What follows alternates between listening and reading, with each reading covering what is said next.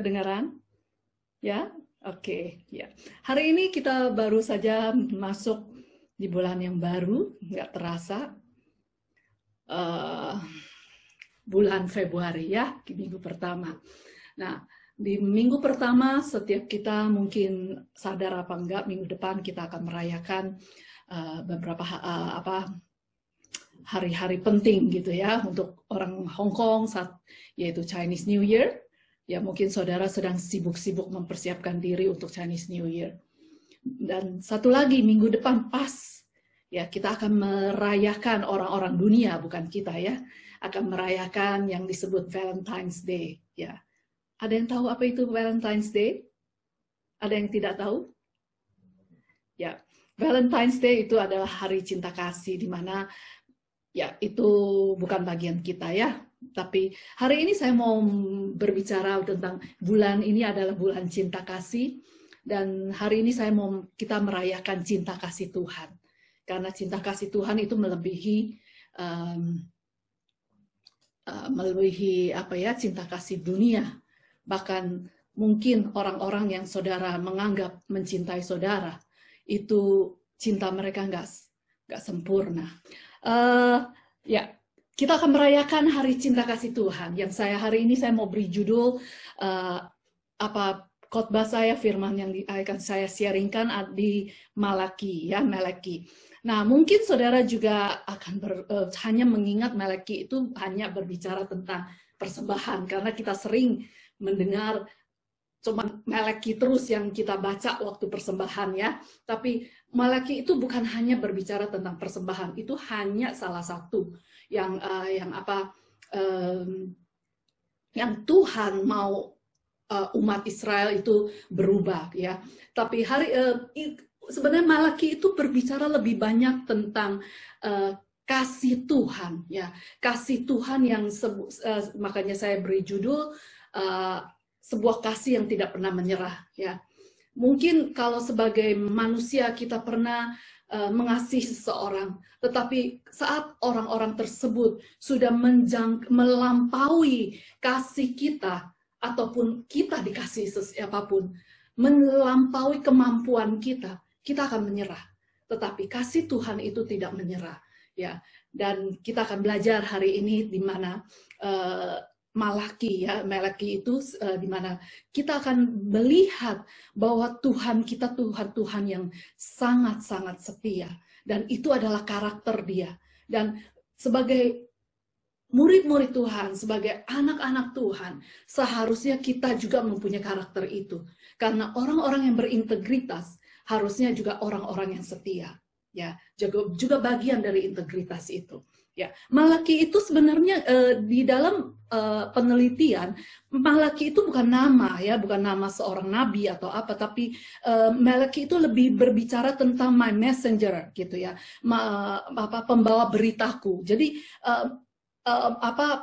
peneliti Alkitab itu mempertanyakan apakah bukan namanya ya, tapi Malaki itu berbicara artinya adalah my messenger, pembawa beritaku. Itu ditulis di tahun saya kasihkan latar belakangnya dulu ya, bahwa di tahun sebelum Masehi 460 sampai 430, yaitu di mana rombongan kedua dari orang-orang Israel yang dibuang ke Babel itu mereka kembali ya, dibawa kembali dengan dipimpin oleh Ezra ya. Ezra itu kita tahu kitab Ezra ya. Nah, Ezra adalah scriber, penulis gitu ya, penulis pencatat kayak firman Tuhan gitu ya. Nah, pada saat keadaan orang-orang Israel mereka kembali dari Babel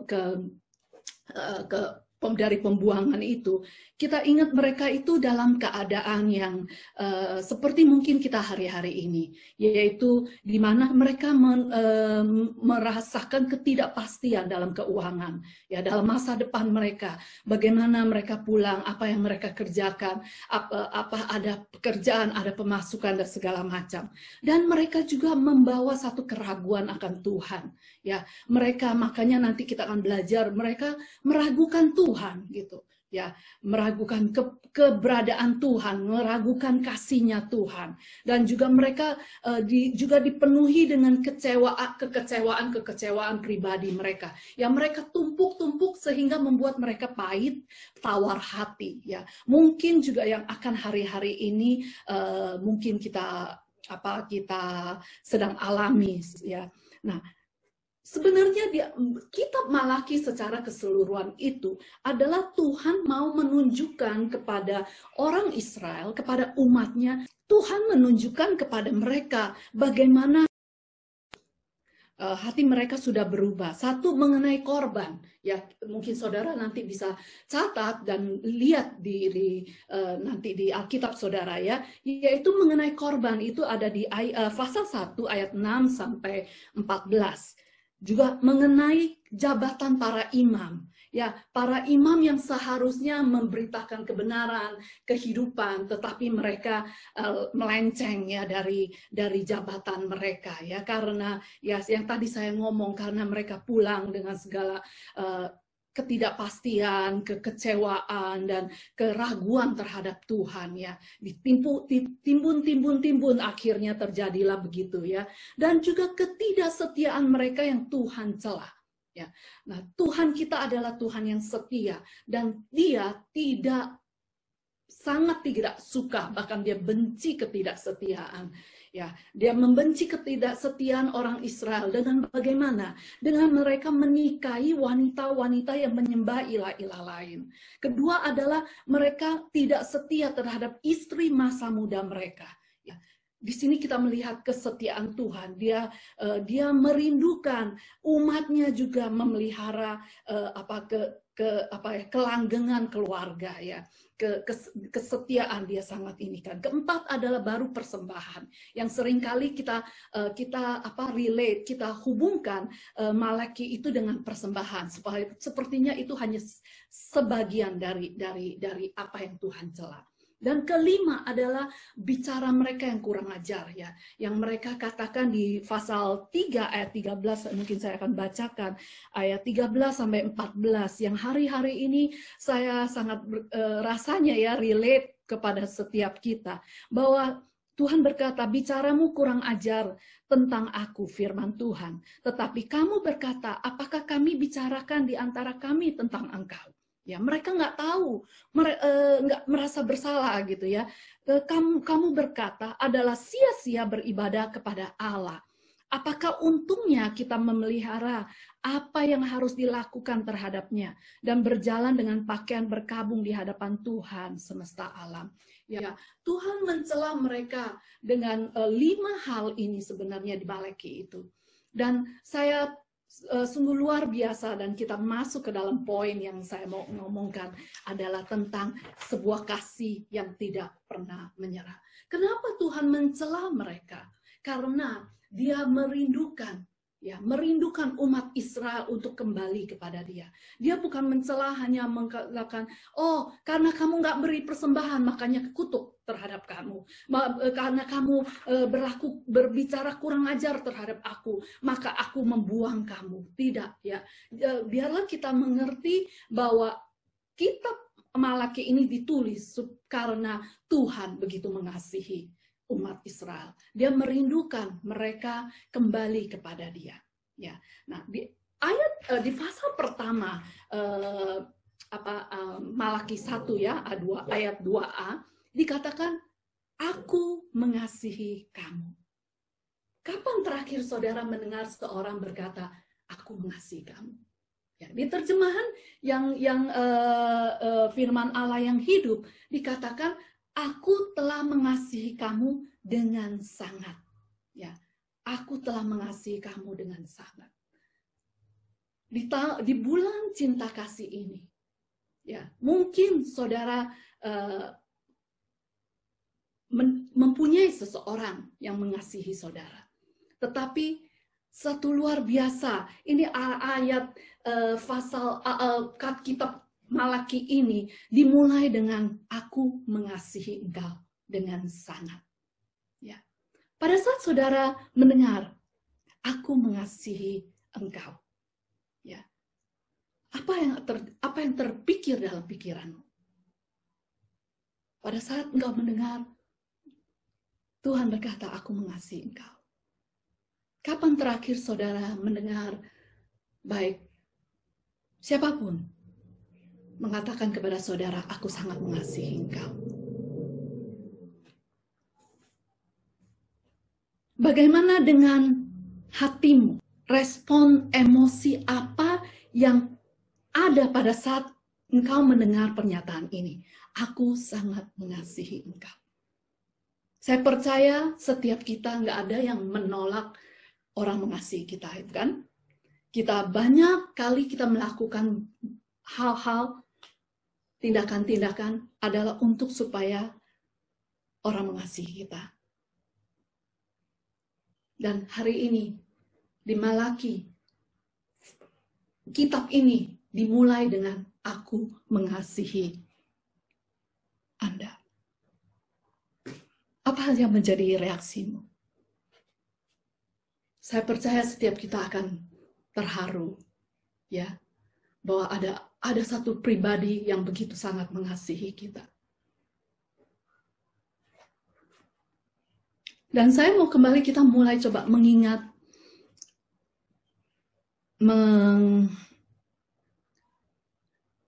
kasih itu tuh emosional, saudara. Betul. Dan saya mau coba saudara ingat-ingat. Kita hubungkan dengan manusia. Kasih siapakah yang kita paling andalkan sekarang ini? Apakah itu suami? Siapa yang saudara paling percayai? Dan pada saat kita menatap ke belakang, coba kita nostalgia lagi. Apakah itu orang tuamu? Jika ada, kenapa kamu pikir kasihnya begitu konsisten, begitu nggak pernah berubah? Coba kita membayangkan siapa sih yang paling mengasihi saudara. Sepercaya pada saat kalau kita mulai merenungkan itu, kita akan pikirkan, ya memang ada di dalam bagian dalam hidup kita yang begitu mengasihi kita. Tetapi kalau kita pikir lebih panjang lagi, hanya Tuhan yang begitu mengasihi kita. Pernahkah engkau merasakan kasih Allah yang membuat engkau merasa sangat aman? Engkau nggak mau lagi siapa-siapa selain Dia. Saya percaya setiap kita pernah merasakan kasih Allah, karena itu kita ada di sini. Ya, hari ini di bulan cinta kasih yang dunia rayakan, biarlah kita merayakan cinta kasih Tuhan. Karena cinta kasih Tuhan itu melebihi cinta kasih manusia. Manusia akan menyerah kalau saat-saat susah. Saat-saat mungkin ya sampai tahap-tahap tertentu manusia akan menyerah. Karena kenapa? Karena manusia itu terbatas. Tetapi Tuhan kita tuh tidak terbatas. Di Malaki ini Tuhan berkata, aku mengasihi engkau. Dan di Malaki sesudah itu, karena orang Israel dipenuhi dengan kepahitan, dipenuhi dengan ketidakpastian, tawar hati, dan segala macam. Yang mungkin hari-hari ini juga kita sedang hadapi. Mereka bertanya di ayat B. Katakan, benarkah demikian? Dengan cara apakah engkau mengasihi kami? Kata orang Israel menjawab. Tuhan menjawab, aku telah menunjukkan kasihku kepadamu dengan mengasihi Yakub bapa leluhurmu, menurut kerelaanku. Tapi Esau, abangnya sendiri, telah kutolak. Dan pegunungan serta warisannya sudah kuhancurkan dan kuberikan kepada serigala-serigala padang gurun. Orang Israel karena segala keadaan yang membuat mereka mempertanyakan, benarkah kasih Allah? Ya, pada saat Tuhan berkata, aku mengasihi engkau. Dan mereka balik bertanya, oh ya? Bahasa saya ya. Bahasa saya, ini kan bahasa sendiri, saya sendiri. Oh ya? Kok saya nggak rasa ya? Bukankah mungkin di antara kita juga merasakan, oh ya, kalau Tuhan mengasihi aku, kenapa aku harus hadapi ini semua? Kalau benar Tuhan mengasihi aku, kenapa dia nggak cepat-cepat menolong aku? Kalau dia benar mengasihi aku, kenapa pada saat aku berseru kepadanya dan dia tidak menjawab segera? Ini yang mungkin menjadi pertanyaan kita hari-hari ini. Kenapa orang Israel, mungkin kita juga akan berkata, wow, ya kita akan nunjuk langsung orang Israel. Kurang ajar amat gitu ya. Ya karena kita mungkin kita dalam posisi yang sekarang ini ya merasakan cinta kasih Tuhan, kita bisa nunjuk mereka. Tetapi mungkin kita ada juga dua bagian. Kita juga seperti orang-orang Israel. Oh ya, benar Tuhan, Engkau mengasihi aku. Bagaimana caranya? Dengan penderitaan ini, dengan kesakitan ini, Engkau mengasihi aku. Dengan semua tantangan-tantangan ini, Engkau mengasihi aku. Ya, mungkin ini pertanyaan ini menginginkan kesinisan, ya, kesinisan orang Israel. Yang mungkin juga bagian dari kita juga akan bertanya begitu secara maksudnya dengan sinis kepada Tuhan. Dan Tuhan menjawab. Tiba-tiba sepertinya dalam satu ayat ini, ya ayat kedua ini, Tuhan mengatakan aku mengasihi engkau, terus dijawab orang Israel. Tuhan sepertinya nggak nyambung loh. Maksudnya dengan, kan mereka bertanya, dengan cara apa engkau mengasihi kami? Gitu ya. Tiba-tiba Tuhan langsung menjawab. Aku telah menunjukkan kasihku kepadamu dengan mengasihi Yakub bapa leluhurmu. Tapi Esau abangnya ya, kutolak. Apa urusannya gitu misalnya ya. Tapi Tuhan mau menunjukkan sebenarnya di sini adalah bahwa lihat, aku memperbedakan engkau. Kasihku itu memperbedakan engkau. Aku mengasihi engkau, tapi aku menolak. Di terjemahan yang lain, aku benci. Sebenarnya saya cek di dalam bahasa aslinya itu, benci itu bisa berkata tidak mengasihi gitu ya. Bukan berarti benci, saya mau mati, dia mati, saya mau ini, tidak. Ya, kenapa Tuhan menolak Esau? Ya itu saya agak akan nyambung lagi di sini karena kita mengenai waktu. Orang Israel merasakan, mempertanyakan Tuhan, cinta kasih Tuhan karena mereka melihat teman atau keluarga mereka yang meninggal satu demi satu.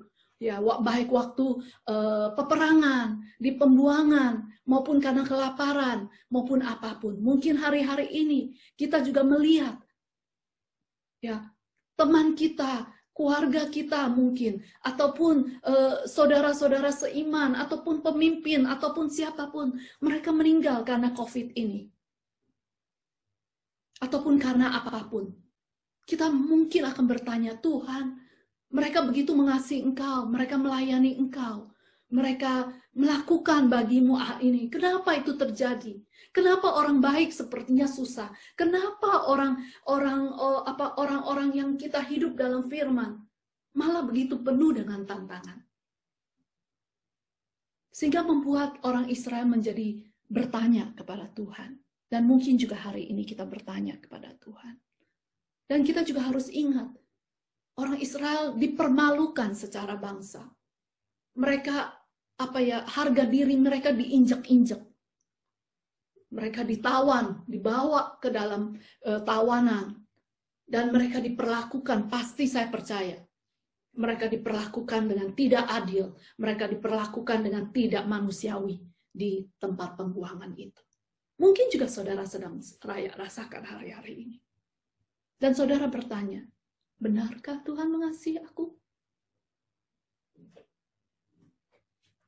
Dan mereka juga hari-hari waktu itu, waktu Tuhan berkata, aku mengasihi engkau.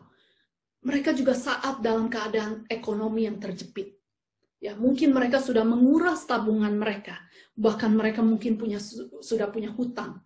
Dan mereka menjual anak mereka satu persatu. Menjadi budak waktu itu ya. Ada budak. Untuk mereka bisa mendapatkan maksudnya makan. Inilah yang kita harus mengerti sebelum kita menjudge ya, menghakimi orang Israel. Kita melihat karena mereka mengalami kekecewaan demi kekecewaan. Ketidakpastian, ketakutan demi ketakutan. Dan hari ini Tuhan juga mau berkata kepada kita, aku mengasihi engkau. Mereka melewati kesedihan demi kesedihan. Melewati kesusahan demi kesusahan. Apakah saat ini kau juga merasakan apa yang dirasakan oleh orang Israel? Apakah kekecewaanmu membawa engkau mendekat kepada Tuhan atau membuat engkau menjauh kepada Tuhan? Itu yang penting. Dan biarlah kita hari ini merenungkan itu. Dan kita lihat lagi di Malaki 3, pasal 3, ayat 6-7. Tuhan berkata, akulah Tuhan, dan aku tidak pernah berubah. Karena itu kamu keturunan Yakub tidak dibinasakan. Seperti leluhurmu dahulu, kamu semua sudah menyeleweng dari hukum-hukumku dan tidak setia menjalankannya. Kembalilah kepadaku, maka aku pun akan kembali kepadamu. Tuhan menulis kitab ini adalah untuk orang Israel kembali. Tuhan mau berkata sepertinya gini, akulah Tuhan, kasihku tidak pernah berubah. Dulu, sekarang, bahkan hari ini, aku nggak pernah berubah. Ya. Yang kulihat daripadamu adalah hatimu sudah berubah. Ya. Hati yang berubah yang akan membuat kita melakukan hal-hal yang 5 hal yang Tuhan cela tadi. Mengenai korban. Ya. Korban yang orang Israel Tuhan cela adalah mereka memberikannya dengan korban yang jelek. Ya, korban yang sudah cacat. Korban yang nggak pantas gitulah ya. Mereka hanya kayaknya lakukan, ya itu Tuhan kan mau korbankan, ya udah aku berilah. Tapi mereka memberinya bukan dengan hati yang mengasihi. Kalau kita memberikan sesuatu dengan hati yang mengasihi, itu beda. Kita akan berikan yang terbaik. Betul, saudara? Dan Tuhan juga mencela para imam. Karena mereka tidak lagi melihat Tuhan ada. Mereka meragukan Tuhan. Mereka melakukan jabatan mereka asal-asalan. Pokoknya, kalau orang Hong Kong bilang, kau kung fu. Kau kung fu itu sudah lakukan my homework. Ya udah. Tetapi bukan dengan hati. Dan itu Tuhan tidak suka. Ya. Apakah hari-hari ini kita juga seperti itu? Sepertinya kita melayani, sepertinya kita memberi korban, tetapi hanya dari mulut, bukan dari hati. Dan kita memberinya bukan dengan korban yang terbaik. Kita melayani hanya dengan, ya udahlah, udah dijadwal, ya kita lakukan dengan hanya asal saja. Dan ketidaksetiaan mereka yang Tuhan cela.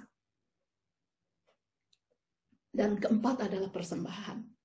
Saya percaya seseorang kalau mengasihi Tuhan, dia bukan berarti jumlah. Saya nggak bilang berjumlah. Tapi biarpun jumlahnya sedikit. Tapi kalau kita karena mengasihi, adalah kita akan memberi yang terbaik. Dari jumlah yang kecil pun. Tuhan bukan melihat, wah kamu memberi banyak uang misalnya, 2.000, 10.000, 100.000, 1 juta misalnya. Tidak. Bahkan Tuhan Yesus memuji janda yang memberi hanya berapa seperser, berapa peser gitu. Karena itu diberikan dengan hati yang mengasihi. Dan Tuhan memuji janda itu. Tuhan dengan memuji orang-orang kaya yang memberi dengan banyak gitu kan. Dan kelima adalah bicara kurang ajar. Tujuan Tuhan untuk menulis ini adalah untuk orang Israel kembali kepada Dia. Ya, dia mau, dan di Malaki 3 ayat 5 katakan, kata Tuhan yang Maha Kuasa, saya balikan ya untuk supaya lebih gampang dimengerti. Tuhan memberitakan kepada mereka bahwa aku nggak berubah nih. Aku tetap mengasihi engkau. Aku menantikan engkau. Seperti seorang bapa menantikan anak bungsunya yang hilang. Ya. Nah di ayat ke-5 dia katakan, aku akan datang kepadamu untuk menghakimi. Ya.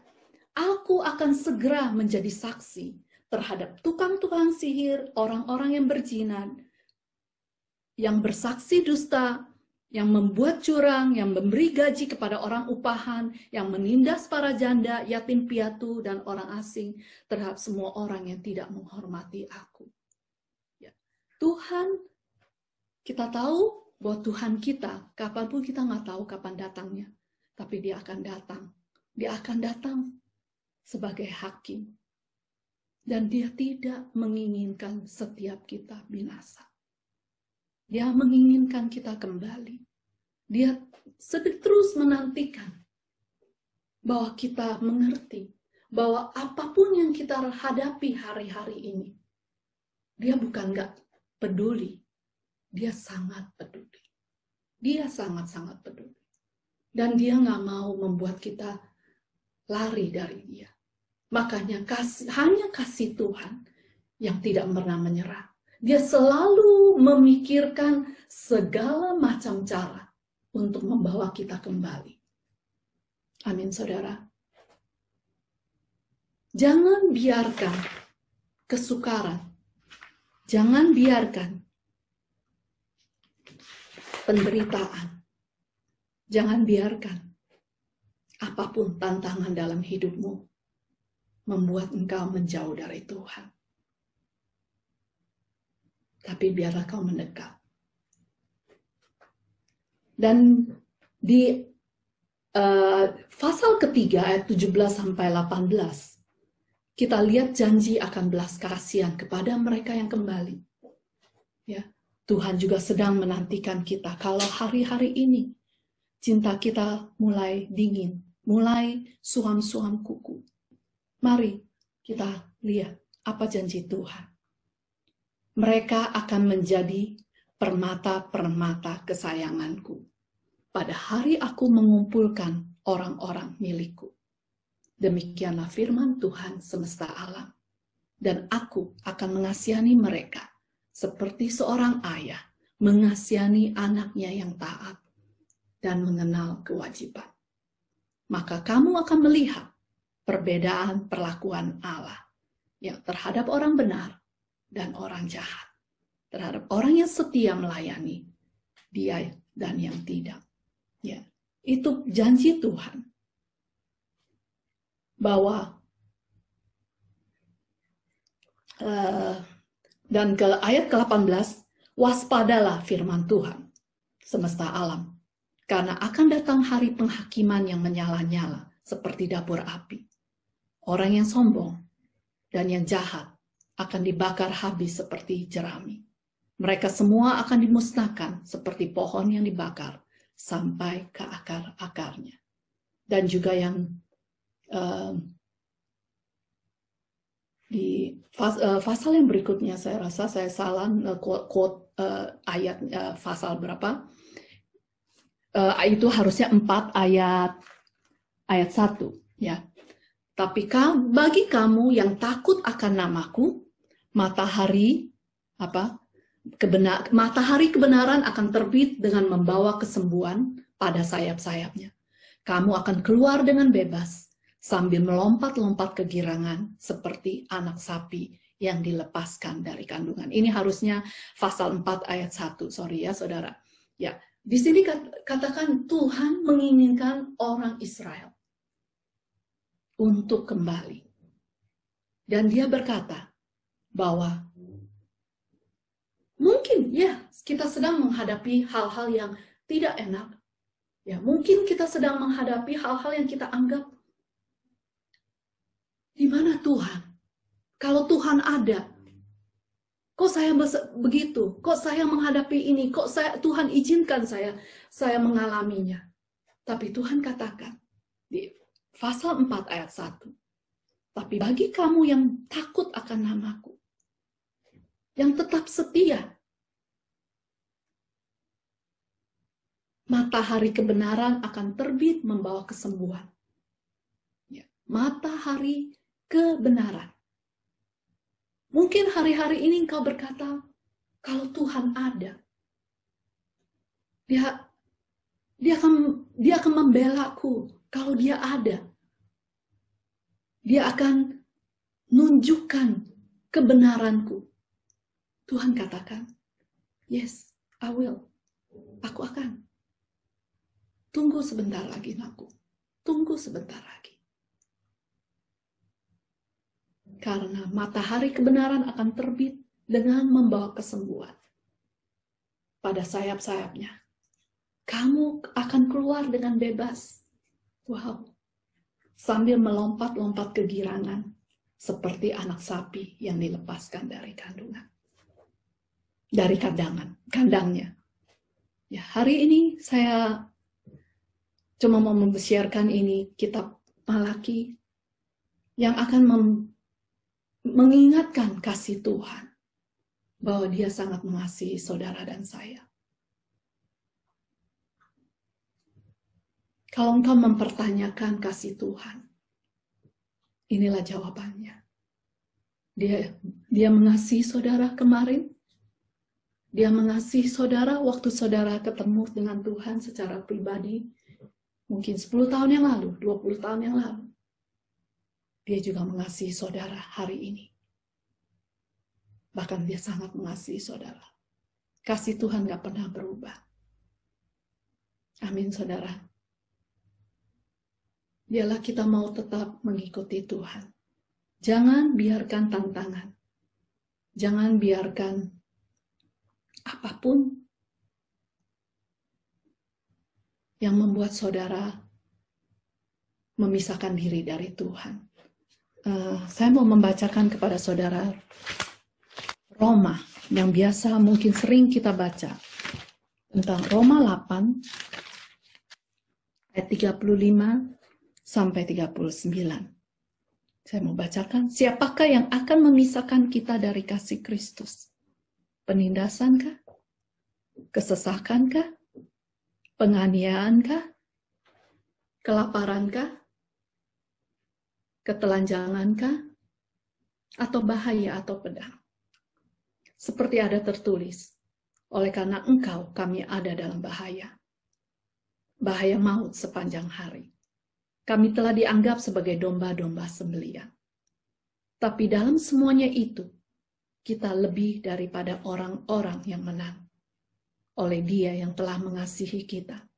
Sebab aku yakin bahwa baik maut maupun hidup, baik malaikat-malaikat, maupun pemerintah-pemerintah, baik yang ada sekarang maupun yang akan datang, atau kuasa-kuasa, baik yang di atas maupun yang di bawah, ataupun sesuatu makhluk lain, tidak akan dapat memisahkan kita dari kasih Allah yang ada dalam Kristus Yesus, Tuhan kita.